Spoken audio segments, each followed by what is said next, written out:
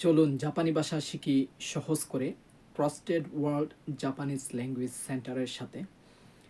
আজকে আমরা কিছু শব্দ শিখব। তার মধ্যে প্রথম যে শব্দটি শিখব সেটা হলো খাইশাইন। খাইশাইন মানে হলো অফিস বা কোম্পানি কর্মচারী।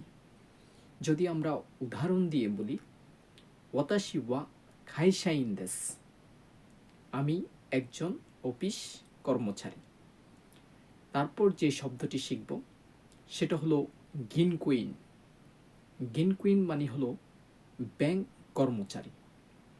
যদি আমরা উদাহরণ দিয়ে বলি, খারেওয়া গিনকুইন দেস, সে একজন ব্যাংক কর্মচারী। তারপর যে শব্দটি শিখব সেটা হলো ইশা।